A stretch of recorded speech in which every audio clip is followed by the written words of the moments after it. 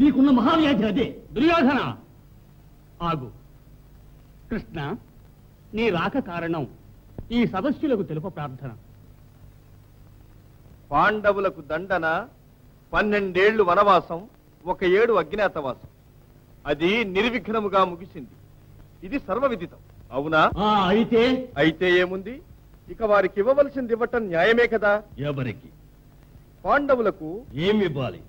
అర్ధరాజ్యం. ఎవరా ఇవ్వవలసింది? కౌరవులు. ఎందుకు ఇవ్వవాలి? భాగంలో హక్కున్నది పాండవులకు. పాండవులట భాగమట ఎక్కడుంది హక్కు? ఏలలేదు. ధర్మరాజు దూతం ఆడాడు, సాటివాడు ఆహ్వానించాడు, ఆడినాడు. జ్ఞానం ఉంటే నిరాకరించవలసింది. మర్యాద కాదది. అట్టి ఆహ్వానం మన్నించుట రాజలాంఛనం. మన్నించాడు, ఆడాడు, రాజ్యం ఓడినాడు. అతని కర్మ. పిదప సర్వం కోల్పోయినాడు. అంతటా ఆగాడా? భార్యనే పణమొడ్డినాడు. బుద్ధి ఉంటే అలా చేస్తాడా? ఓహో, కలచి వేసే ప్రశ్నలివి. అడగవలసిన ప్రశ్నలే ఇవి. కర్ణ వలదు. ఏ సిగ్గుగా ఉన్నదా? కర్ణ! కృష్ణ భార్యను పణమొడ్డిన మనిషి. మానవ అభిమానం వలదేమి? అవి లేని బ్రతుకు వ్యర్థమే. అట్టి వానికి రాజ్యమెందుకు, సుఖమెందుకు? దీనికి దూతలేలా, సంధియేలా? కర్ణ, నీ ప్రసంగం అధికం. అయినా ఉన్న మాటలే చాలు. గతాన్ని మరచి, సత్యాన్ని తలచి, న్యాయాన్ని ఎంచి. న్యాయం? ఇది ఏం భిక్షాటన? భిక్ష కాదు, ధర్మమిది. జూదమాడుట వింత వ్యసనం, ఫలితం బుద్ధిమాంద్యం. వైరికా సమయమే మంచి సదుపాయం. వెన్నుపోటు పొడుస్తాడు, తల తిరిగి, వ్యధ పెరిగి, తూలిపోయి బురద గుంటలో పడతాడు. కాదు, వైరి పడవేస్తాడు. ఈ కుతంత్రాలలో సిద్ధహస్తుడు శకుని. మాయాద్యూతంలో చేసిన అన్యాయం మరువవలదు, నేడు న్యాయం చేయటము మానవలదు. ఆహా, ఉత్తముడు చెప్పిన సత్యవాక్కులన్నీ విన్నాము. దీనిపైన వ్యర్థవాదములు, మాట పట్టింపులు మనకు క్షేమం కాదు అన్న ధృతరాష్ట్రులు, విజ్ఞులైన పెద్దలు ధర్మం సెలవేయండి. చిన్నాన్న, రాజ్యానికి వారసుడని నేను. నా ఇష్టమును కాదనగల హక్కు ఎవరికి ఉంది? పాండవులకు చెందవలసిన సగభాగమిచ్చుట న్యాయము, ధర్మసమ్మతము. నా అనంతరమే అది సాధ్యం. 5గురికి మనిషికొక్కటిగా 5 ఊళ్ళైనా ఇవ్వు. 5 ఊళ్ళ? 5 ఇళ్ళు కూడా ఇవ్వం. సూదిమనంత చోటు కూడా దొరకదు. దయచేయండి. దుర్యోధన! దుర్యోధన, మన్నించండి తాత, మన్నించండి. నా మనసు మారదు. దుర్యోధన, మరోసారి ఆలోచించు. లేదు, అనవసరం. పరంధాముని సూచనలు పాటించదగినవి. బంధువులతో పని. గురుదేవా, ఇది బాంధవ్యం కాదు, హక్కులకు సంబంధించిన విషయం. కుమారా, ఏమి? ఇందరి పెద్దల మాటను తోసివేయకు. లోచించి మరీ బదులు చెప్పు. నా నిర్ణయం మారదు. భీకర యుద్ధమే ఇక శరణ్యం. అది నీకు ఇష్టమా? నాకు ఇష్టమైనదే అది. అప్పుడు గాని వారు అంతమందరు. ఇప్పుడే అది చెప్పటం ఎలా సాధ్యం? ఎవరు చెప్పజాలరు. ఈ హాసము అపజయం మాదని తెలుపునదా? నీవే చెప్తున్నావు, నాకేం తెలుసు. సెలవా నాకు మరి? భోజనం చేసిపోవచ్చు. మీ తమ్ముడు విదురుని కుటీరంలో తిన్న ఆహారం ఇంకా జీర్ణం కాలేదు. భక్తితో సమర్పించిన ప్రసాదం కదా. అయ్యో పాపం, నా మీదున్న కోపం వారి మీద చూపించకు. ఆయన సజ్జనుడు. ఎవరికి సజ్జనులు? పాండవులకు, తమకు. నేను సజ్జనులకు సజ్జనుడనరా. ఇట్టి ద్రోహ బుద్ధి తమ వృత్తి. అది తమ నేరము కాదు, పుట్టుక లక్షణం. తులువా! ప్రేలవద్దు. మాతో ఉంటూనే శత్రువుల దూతగా వచ్చిన వారికి విందులు చేసి మమ్మ అవమానించినావు. ఒకే రక్తం పంచుకుని జన్మిస్తే ఇలా మాట్లాడతావా? తాతగారి దాసీకి పుట్టిన బిడ్డము. ఇప్పుడు ఆ బుద్ధి పొమ్మంటే మాత్రం పోతుందా? బుద్ధిహీనుడా! ఏం కూశావు? నా గుండెలను ఈటలతో చీల్చివేసినా నేను సహించేవాణ్ణి. నా మాతృమూర్తిని అవమానించినావే. అవురా, ఎంత సాహసంగా నీకు! అయినా చిన్నవాడని దయదలి చూరుకుంటున్నాను, లేకుంటేనా? ఏం చేయగలవు? దుర్యోధన, నీ ప్రవర్తన చాలా తప్పు. ఆయన విల్లు విలయకారకం. పరంధామ, సరిగ్గా సమయానికి జ్ఞాపకం చేశావు. నా విల్లు విలయకారకం. అది ఈ మూర్ఖులకు ఉపయోగకారం.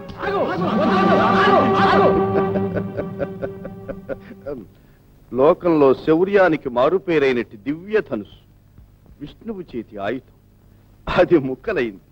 ఇతని శౌర్యము ఒక్కలైంది. దుర్యోధన, ఈ సమయంలో నీకు విపరీత నష్టం శోచనీయం.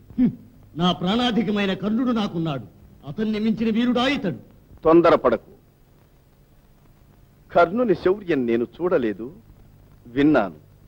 అయినా ఇంతవరకెన్నో యుద్ధాలు చూచిన వారు భీష్మాచార్యుడు. యుద్ధతంత్రం ఎరిగిన వారు. వారి సహాయం లభించుటే నీకొక మహద్భాగ్యం. కర్ణ, నీవు కోప్పడకు, నిన్ను నేను కించపరిచానని. సరే, నేను మరలిపోవలసిందేగా. పునరాలోచన కావించి సరి అయిన సమాధానం చెప్పగలవా? ఇచ్చినదే మా తుది సమాధానం. మనం తిరిగి కలుసుకోవడం ఎక్కడ? భండన భూమిలో. కృష్ణ, నా బిడ్డలకు 5 గ్రామాలు కూడా ఇవ్వనని పట్టుపట్టాడే దుర్యోధనుడు. ఇది ఏమి న్యాయం? నన్నేం చేయమంటావత్త? న్యాయం వివరించాను, ధర్మం బోధించాను, కాని సూది మొనంత స్థలమైనా ఇవ్వ నిరాకరించారు. సరే, ఇక మన కర్తవ్యం ఏమిటి? నీ బిడ్డలు నీ సొత్తు. భావి కర్తవ్య నిర్ణయం నీది. కృష్ణ, నువ్వు దొంగవు, నన్ను శోధిస్తున్నా. ఐశ్వర్యంలో పుట్టి ఐశ్వర్యంలో పెరిగి ఇందరు వీరపుత్రులకు మాతనై తుదకి పగిడి పొట్టకూటికి పరుల పంచల పడి ఉన్నాను. ఇదే అందరికీ మహదానందమైనచో నా ప్రాణాలు పరుల ఎంటనే విడుస్తాను. యుద్ధ నివారణకై నీకు కుటీరవాసమైన సమ్మతమేనని తలచాను. కాని నా ఆశ నిరాశయ్యింది. అత్త అత్త, వద్దమ్మా వద్దు. అది రాజదృష్టి. ఆ చూపంటేనే నాకు భయం. లోకాన్ని ఏడిపించడమే నీకు ఒక వేడుకైనదే. ఈ అభాగ్య జీవిపై నీకు సానుభూతి కలుగునా? నా బుద్ధి లక్షణం అది. సతతము ఆనందమునే అభిలషించువాడను. సరే, అది అలా ఉంచు. అత్త, యుద్ధం నిశ్చయం, విజయం నిశ్చయం. విజయమా? ఎవరికి? దుర్యోధనుని. కృష్ణ! ఎంత కలవరమత్తా నీకు? దుర్యోధనునికి కాదనేగా నేను అనబోయాను. కృష్ణ, దుఃఖముతో ఇదివరకే నా గుండెలు కుళ్ళిపోయినవి. ఇంక నీ పరిహాసములతో నన్నిలా బాధించవలదు. కర్తవ్యం నీవే చెప్పరాదా? ఇప్పుడిక జయాపజయాలు నీ చేతిలో ఉన్నవి. మళ్ళీ పరిహాసమా కృష్ణ? కాదత్త, యథార్థమే నేను చెప్పేది. ముందు ఇప్పుడు నీ ఒక మాట దాచక చెప్పు. అత్త, కన్య వయస్సులో నీకొక పుత్రుడు పుడితే అతన్ని నదిలో వదిలిన మాట నిజమేనా? కృష్ణ, ఈ విషయము నీ తండ్రికి కూడా తెలియదే. ఎవరు చెప్పారు నీతో ఇది? నా చెలికి ఒక్కతికే తెలుసు. అది ఎప్పుడో చనిపోయిందే. పాపకార్యాలు దాచిపెట్టిన దాగవత్త, అవి ఎప్పటికైనా బయటపడతాయి. కృష్ణ, నన్ను మన్నించవా? అత్త, సర్వము తెలిసిన వాడవు. తాడు చేసిన ఆ అవినీతికి నేడనుభవిస్తున్న పాపం చాలు బాబు. నన్ను కాపాడు. అత్త, నీ ప్రథమ పుత్రుడు జీవించియే ఉన్నాడు. ఏంటి? నా పుత్రుడు జీవించే ఉన్నాడా? ఆ, ఎవరతను? కృష్ణ, త్వరగా చెప్పు. నీ పుత్రుడే నీ శత్రువు. అర్జునుని తుదముట్టింతునని ప్రతిజ్ఞ పూని ఉన్నాడే అతడే అతడు, కర్ణుడు. ఎవరు? కర్ణుడు? కర్ణుడు నా పుత్రుడా? అయ్యో, ఒకే రక్తాన్ని పంచుకు పుట్టి ఒకరికొకరు శత్రువులైనారా? కృష్ణ, నీ లీలా వినోదం హృదయ నిర్భేదం. అది అలా ఉంచు. వెంటనే నీవు బయలుదేరి కర్ణునింటికి పో. అవును, నేను అదే అనుకుంటున్నాను. అతన్ని మనతో చేర్చుకున్నట్లయితే శత్రువుల గర్వమణుగుట నిశ్చయం. ఆహా ఆహా, చక్కని ఆలోచన. అత్త, నీ ప్రయత్నం జయప్రదం కావచ్చు. అత్త, అది ఫలించకపోతే ఆ మీదటైనా ఈ విధంగా ప్రయత్నించు. సరే, నా కోరిక నెరవేరదు. పోనీ నీ కోరికే చెప్పు. నీవిటు రాకపోయినా 2 వరములైనా ఇవ్వు అని అడుగు. వరముల? అవును. ఏమిటది? అది రహస్యం. అర్జునుని అంతము చేతునని అతను దుర్యోధనునకు మాట ఇచ్చి ఉన్నాడు. అర్జునుని సంహరించున్నది కర్ణుని వద్ద ఉన్న నాగాస్త్రం ఒక్కటే. అది ఒక్క మారుకు మించి ప్రయోగించనని ఒక్క వరం అడుగు. అది మొదటి తడవే అర్జునుని అంతం చేయదా? అవును, చేయవచ్చును. అయ్యో కృష్ణ! ఏమిటత్తా, యుద్ధంలో నేనుండేది అర్జునుడు ముందేగా. అది జరగకుండా నేను ఉపాయం ఆలోచిస్తాను. దానికి నీవు భయపడవలదు. సరే, ఆ రెండవ వరం? అర్జునుని తప్ప మిగిలిన నలుగురిని చంపనని అతని వద్ద వాగ్దానం తీసుకో. కృష్ణ, అందువలన కర్ణుని ప్రాణానికేమీ ఆపద రాదుగా. అదిప్పుడు ఎలా చెప్పగలం? ఒకవేళ అతనికి ఆపద వచ్చినా రావచ్చును. ప్రథమ పుత్రుడు, అతని మరణము మాత్రము నా మనసెట్లు భరించగలదు. ఏమైనా నీకు ఆశ అధికం అత్త. పగవారందరూ మడి అవలే, నీ పుత్రులు మాత్రం సౌఖ్యముగా బ్రతకవలే, అంతేగా? మానవ మాతృలం మోహ వివశులము. అత్త అత్త, నీవు ఒక ధర్మాన్ని మరువవలదు. బలవంతుడుగా ఒకడు జన్మించవచ్చు, కానీ పెంపకం వల్లనే అతడు గుణవంతుడుగాను మారగలడు. అపనిందకు భీతిల్లి కర్ణుని నువ్వు విడిచిపెట్టావు. అతను వెళ్లి చెడ్డవారితో చేరిపోయాడు. కలుపును వేళ్లతో పెకలించబోతూ ఒక్క మొక్కను మాత్రం వదిలివేయడం సాధ్యమైన కార్యమా? కృష్ణ, ధర్మశాస్త్రవేత్తవు నీతో వాదించ భావ్యమా? అయినను పుత్రవాత్సల్యం కదా, నేనేం చెయ్యని చెప్పు. అత్త, వేరెవ్వరూ ఎరుగరు కర్ణుడు నీ బిడ్డని. చేజారిపోయాడు. సద్బుద్ధితో గతం మరచి వచ్చి చేరతాడేమో. ఆ మాట అతన్ని అడిగి చూడు. నా బోటి ఒక పాపిని కర్ణుడు తల్లిగా పొందినందుకు జీవితంలో ఎంతటి అవమానము ఆపదలు అనుభవించాడో. అత్త అత్త, బయలుదేరు. చివరకు యుద్ధానికి తాంబూలాలు పుచ్చుకొనడమైనది. తరువాత జరగవలసిన కార్యక్రమం ఏమిటి? యుద్ధశాస్త్ర ప్రకారం మొట్టమొదట దళపతి ఎన్నిక జరగవాలి. మహావీరుడు కర్ణుడే దళపతి. దుర్యోధన, తొందరపడవద్దు. మహావీరుడన్నంత మాత్రమున ఆ పదవి లభించదు. వయసు అవసరమా? సందేహమా? వయోవృద్ధులైన వారికి విల్లిస్తే చేతికర్రగా ఉపయోగిస్తారు. అట్టి విల్లెక్కు పెట్టుటకు నాబోటి యువక వీరులే అర్హులు. వట్టి మతకర ఉంది ఇది. తాత, కోపపడవలదు. కర్ణుని మాటల్లో అర్థమున్నది. లేదు, 6 బయలులో బాణాలను ప్రయోగం చేసినంత మాత్రముననే అది శౌర్యము కాదు. వ్యర్థ ప్రసంగం, వట్టి వాచాలం. శౌర్యమే ఉంటే వచ్చిన నెదిరించవలే. కర్ణ, మాటలతో పాటు వైషమ్యములు పెరుగును. ఓర్పు అవసరం. నా మాట ఆలకించండి. కర్ణుని కన్నా ఎన్నో యుద్ధాలు చేసిన అనుభవం గలవారు భీష్ముడు. ఇది గుర్తుంచుకోండి. అక్షరాలా నిజం. తన మట్టుకు ఏనుగు మహాబలము కలదే కావచ్చు. మృగరాజు అను సార్థక నామానికి రాజఠీవి గల సింహమే అర్హమని మరువవలదు. అందుచేత ఏనుగును స్వప్నంలో వేధించు క్షత్రియ సింహం ఒక్కటే నాయకత్వానికి తగి ఉన్నది. అదే మాదిరిగా ఈ నాయకత్వానికి వృద్ధ బ్రహ్మచారులు భీష్ములే అర్హులు. ఈ సైన్యాధిపత్యం వారిదే. బహుముఖ ప్రజ్ఞాశాలి వారే మన సేనాపతి. పుట్టు పూర్వోత్తరాలు లేక ఎక్కడో పుట్టిన పూచిక పుల్లకు ఎవరూ పట్టం కట్టి ఇవ్వరు. ఇది నా ఉద్దేశం. మిత్రమా, నాకు సంభవించినట్టి కులహీనతను లోపంగా ఎంచిన నవమానాగ్నిలో కాల్చివేస్తున్నాడు ఈ అహంకార పూరితుడు. తల్లి తప్పిదం పుత్రుడు మోస్తున్నాడు. నా పాపమిది. ఏం చెయ్యను అమ్మా? కర్ణ, మహావీరుడవు, కలత పడకూడదు. నా క్షేమమే నీ ధ్యేయం, అది మరువకు. విజయం మనకు ముఖ్యం. దుర్యోధన, పితామహులు భీష్ములే దళపతి కాగలరు. మన పెద్దలను గౌరవించుట మనకే గౌరవం. అలాగే కానివ్వండి. తాత భీష్ములే దళపతి. ప్రభు, ఇదిగో వీర ఖడ్గం.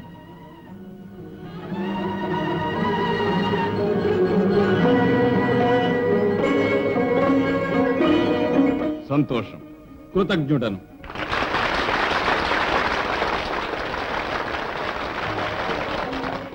సర్వసేనాపతి, ఇప్పుడే నానావిధ సేనా నాయకులను మీరు ఎన్నుకుని నియమించవచ్చును కదా?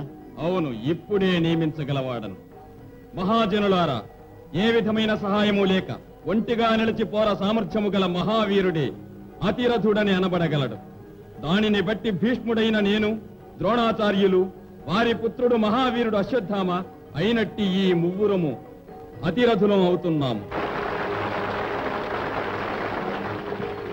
తరువాత శల్యుడు, భగదత్తుడు, భూరిశ్రవుడు వీరు ముగ్గురు మాత్రం యుద్ధమున ఒక్క రథ సహాయముతో మాత్రమే పోరు సల్పు మహారథులుగా నియమిస్తున్నాను. మూడవదిగా 100 మంది సహాయముతో పోరు సల్పు సమరథులుగా కృతవర్మ, కృతలోచనుడు, కనకసేనుడు అయిన ఈ ముగ్గురును కడపంక్తిలో మహాప్రవాహం లాంటి సేన మధ్య నిలబడి పోరు సొలుపు అర్ధరథునిగా కర్ణుని నియమిస్తున్నాను. దుర్యోధన!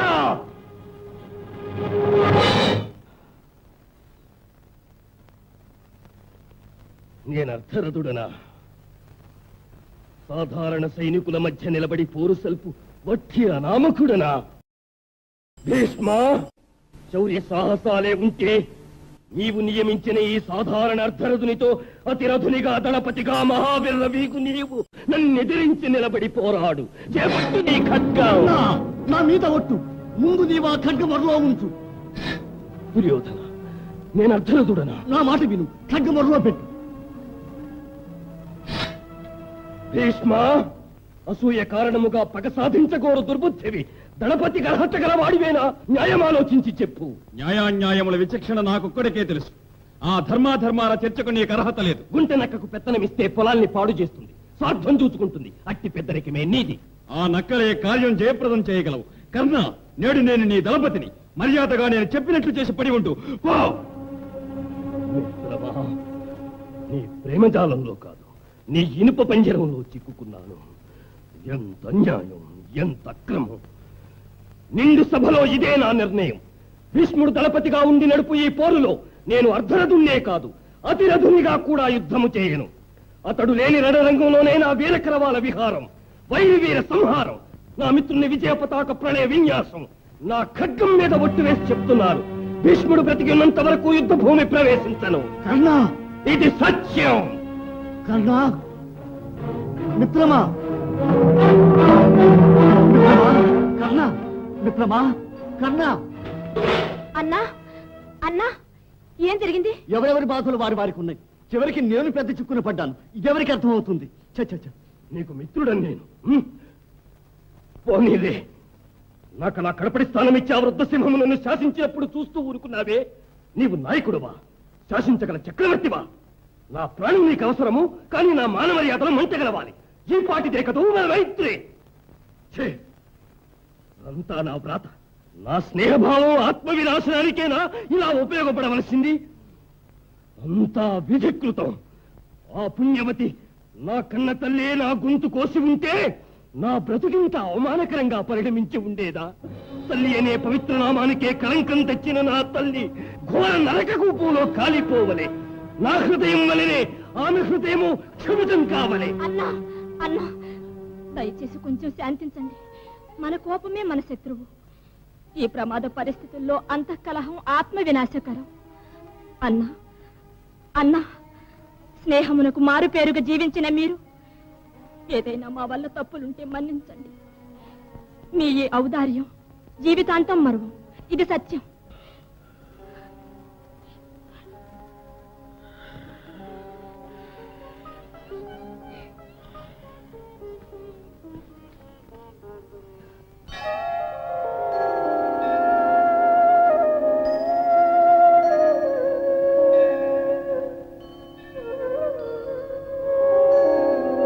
బిడ్డ కర్ణ,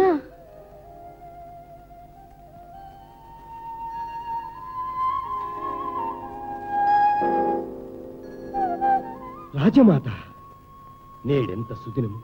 కుంతీదేవియే నా కోసం వచ్చారు. నిత్యము నా ఇష్టదైవము సూర్యదేవుని సేవించిన ఫలితం నా తల్లిబోలి నేడు నా ముందు సాక్షాత్కరించారు. రండి, తమ పాదధూళితో నా గృహం పావనం చేయండి, దయచేయండి.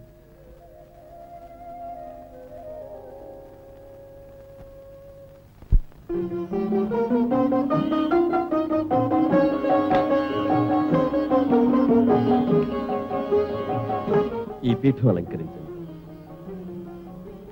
నా భార్యను పిలుచుకొస్తాను. వద్దు, ఇంతకాలం నిన్ను గుర్తుపట్టనే లేదు. నీతో ఏకాంతంగా మనసారా మాట్లాడవలేను. ఉండు బాబు. పలహారం ఏదైనా తెస్తానమ్మా. నిన్ను చూస్తేనే ఆకలి తీరింది. ఉజ్వలమైన ముఖారవిందం. నా పైన ఎంత వ్యాజమైన కరుణ! వచ్చినది మొదలు మీ కళ్ళలో ఆనందం, మీ నోట మంగళవచనము. నా వడలు జలధరిస్తున్నది తల్లి. నా భాగ్యం. కర్ణ, ఈ హృదయం ఉన్నదే ఇది దేవుని అద్భుత బహుమానం. మానవులు అనుబంధాలు ఆధారంగా ఆశాపాశాలతో దివ్య ప్రేమానురాగాలను వృద్ధి చేయు ఒక ప్రత్యేక యంత్రం. అది మాత్రమేనా? సుఖము కలిగితే సంతోషించడం, బాధ కలిగినప్పుడు విచారపడడం, విచారం తప్పని గమనించి క్షోభించడం, ఇట్టి గుణాలే దాని స్వభావం. అదే వర్ణనాతీత సృష్టి శిల్పం. నీవు జరిగినదేదో తలుచుకొని మాట్లాడుతున్నావు. నా తలంపు అది నిరంతర వేదన. పరిపూర్ణ సలక్షణ సంపన్నుడవైన నీకు వేదనంటే విధి విలాసమే ఘోరమనవలే. కారుణ్యము లేని హృదయం ఒక పడతికి, అది మాతృదేవికి. విధినే సాకుతో నేరస్తులను తప్పించగలం, కాని ఈ మందభాగ్యుని తప్పింప సాధ్యమా? తనయునకు తల్లి చేసిన ద్రోహం ఘోరం. కుక్క బ్రతుకమ్మా నా స్థితి. తల్లి, నన్ను పరికించండి తల్లి, నన్ను పరికించండి. నా కనులు రగులుతున్నవి, రక్తం ఉడుకుతున్నది, దేహము వణకుతున్నది, నా కలములు అదురుతున్నవి. ఇది బిడ్డలకు సహజం. ఆ తల్లే ఎదుటి పడితే నా హృదయాన్ని ముక్క ముక్కలుగా నరికి చిత్రవద చేసిన ఆ తల్లిని ప్రాణం తీయుట పాపమా, నరకమా? లేదు, నాకట్టి భయమే లేదు. ప్రతీకారమే నాకు స్వర్గం. బహు పుణ్యవతి బాబు నీ తల్లి. కొడుకు చేతిలో చచ్చే భాగ్యం ఎంతమంది తల్లులకు దక్కుతుంది. నీ చేతిలో చస్తేనే నీ తల్లికి మోక్షం, నీకు స్వర్గం. నీ తల్లే వస్తే నీవు చేస్తానన్న మాటను తప్పవుగా. ఎవరా తల్లి? ఎవరా తల్లి? తెలిస్తే చెప్పండి. ఆ తల్లిని నీవు ఎక్కడెక్కడో వెతకవలేనా? ఇదిగో నేనే ఆ పాతకిని, నేనే నీ తల్లిని.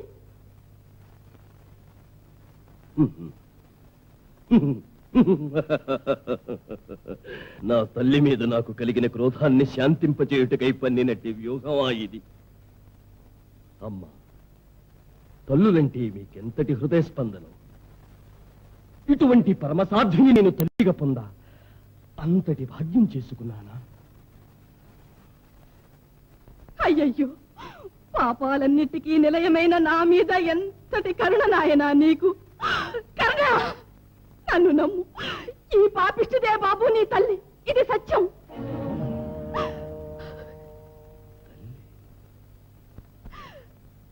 నా తల్లి ధర్మం వేరు, జ్ఞానములను గన్న మాతృమూర్తి ఏనా? నన్ను గన్న మాతృదేవత. నేను పుట్టిన నాడే నన్ను పెట్టెలో ఉంచి నదిలో విడిచిందట నా తల్లి. తమరేనా ఆ తల్లి? అవును, ఈ పెట్టే అది. ఇదిగో ఈ చీర నేనే పెట్టెలో పెట్టాను.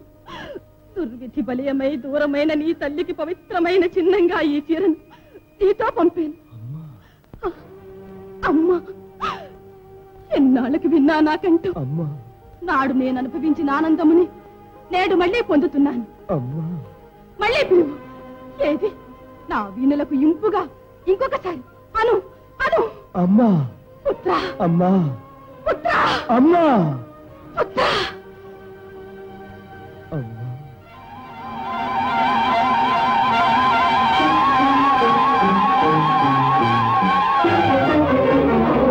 బిడ్డ, కన్నా, బాబు,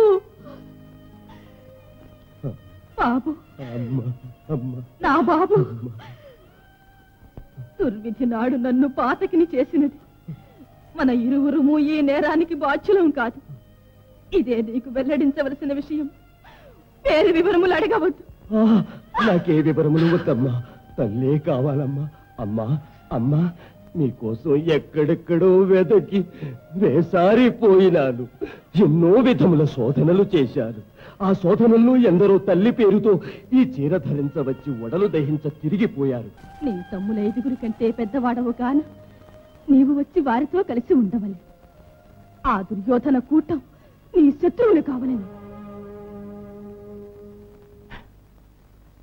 ఇది అన్యాయం అమ్మా, ఇది అన్యాయం. ప్రాణాధికమైన చెలిమిని చటించి కృతజ్ఞుణ్ణి కావాలనడం న్యాయం కాదమ్మా. మనం గుర్తించని కాలంలో వారితో చెలిమి కలిసింది. తెలిసిన మీదట చెలిమి కన్నా రక్తపాశానికి ప్రాధాన్యం ఇవ్వాలి. ఇది న్యాయమైన మాట? ఏం తల్లి, న్యాయమైన మాట? రక్తపాశం గల నావారే నన్ను పారవేసినప్పుడు ఎవరో ఒక వ్యక్తి రక్తపాశం ఉన్నవారి వలె నన్ను చేరదీశాడే, అతడు నా దైవము కాడా? అయ్యో, భరించలేని ఈ సూలముల వంటి మాట. అమ్మా, నన్ను మన్నించండి తల్లి, తమని బాధ పెడదామని కాదమ్మా. నేను తల ఎత్తుకుని తిరగలేని రోజుల్లో నాకు రాజ్యమిచ్చాడు. రాజపుత్రితో పెళ్లి జరిపినాడు. పెక్కు మంది ఎదుట తనతో సమాన స్థాయిలో ప్రత్యేకమైన గౌరవం చేకూర్చినాడు. అంతకంటే విచిత్రమైన ఒక అనుభవం వినండి తల్లి. ఒకనాడు నేను అతని భార్య భానుమతియు చదరంగం ఆడుకుంటూ కూర్చున్నాము. నా వెనుక వైపు వస్తున్న అతన్ని భానుమతి చూచి వెంటనే లేచినది. అది తెలియక నేను ఆమె వడ్డాణమును పట్టి ఆపినాను. ఆ కటిహారం చటుక్కున తెగి ముక్కలు కాగా ముత్యాలు క్రింద రాలినవి. అయ్యో పెద్దప్ప, ఏమున్నది? అతడు అపరదైవమమ్మా, అపరదైవము. రాలిన ముత్యాలు చేర్చడమా కోర్చడమా అని అంటూ ముత్యాలను మాలగా గుర్తబోయినాడు తల్లి. ఆహా, దుర్యోధనునికి అంత ఉదారమైన హృదయమా? లోకానికి అతడేమైనా గాని నాకతడు సాక్షాత్తు దైవం. ఆ దైవాన్ని విడిచి నేడు వచ్చిన తమ్ములతో చేరడం న్యాయమా తల్లి? ఇంతకంటే ఘోరమైన పాతకం వేరే ఉందా అమ్మా? యోచించండి అమ్మా, యోచించండి. కన్నా, నీ సత్యనిరతి లోకములకు ఆదర్శప్రాయం. నువ్వు అతనితోనే ఉండు, కానీ నాకు 2 వరములు ఇవ్వు. వరములా? తవరిక నమ్మిమ్మంటారా? అడగండి తల్లి, అడగండి. నీ వల్ల నీ తమ్ములకు యుద్ధంలో ఎట్టి హాని రాకూడదు. ఈ వరము నాకివ్వు. ఇది చిక్కు సమస్య. అమ్మా, అర్జునుని అంతము చేయుటకై నా వద్ద వాగ్దానము తీసుకుని ఎన్నో ఆశలు పెంచుకుని అర్జునుని తప్ప మిగతా 4 మాత్రం ఎట్టి పరిస్థితుల్లోనూ నేను సంహరించను. ఇది సత్యం. నేను తెచ్చిన అర్జునుడితో 5, అర్జునుడు తెచ్చిన నాతో 5. అందువల్ల ఏదేమైనా 5 కొడుకులు మీకుంటారు తల్లి. దానితో తృప్తి పడండి. మరొక్క బలం, నాగాస్త్రాన్ని అర్జునుని మీద ఒక్కమారు తప్ప మరోమారు ప్రయోగించకూడదు.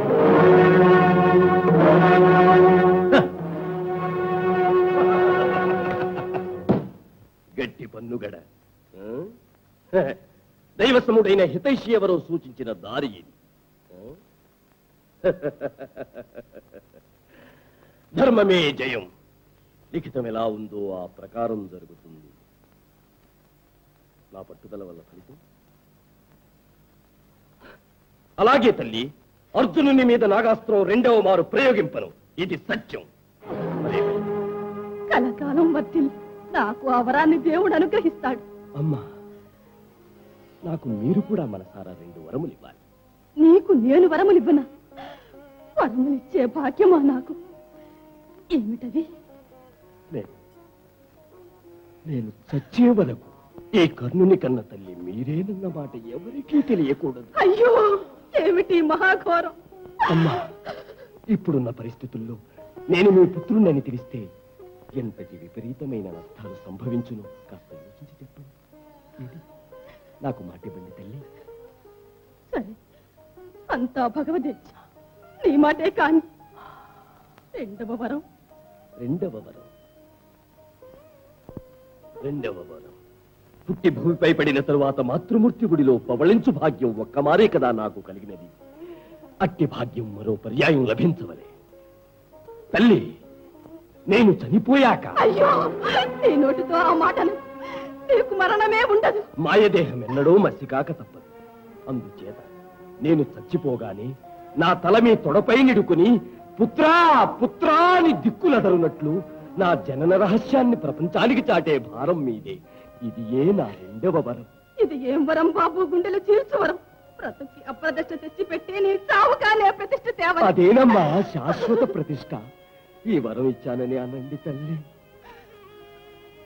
అలాగే, ఆ ప్రకారమే కాని బాబు. తల్లి, నేను వస్తాను మరి.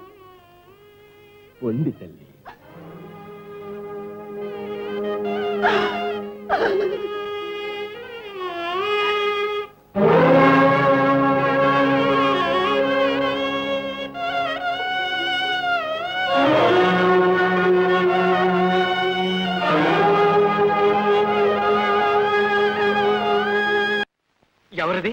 తమ్ముడా రారా ఇలా కూర్చో.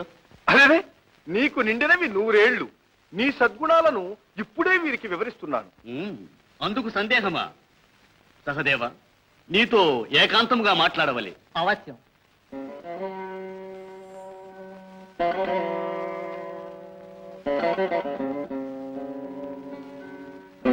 కూర్చోండి అన్నయ్య. ఏమిటి మీ ఆజ్ఞ? తమ్ముడు, నీవు సకల శాస్త్ర కోవిదుడవు. నాకు నీవు చిన్న ఆలోచన చెప్పవలేను. అలాగే, తెలిస్తే తప్పక చెబుతాను.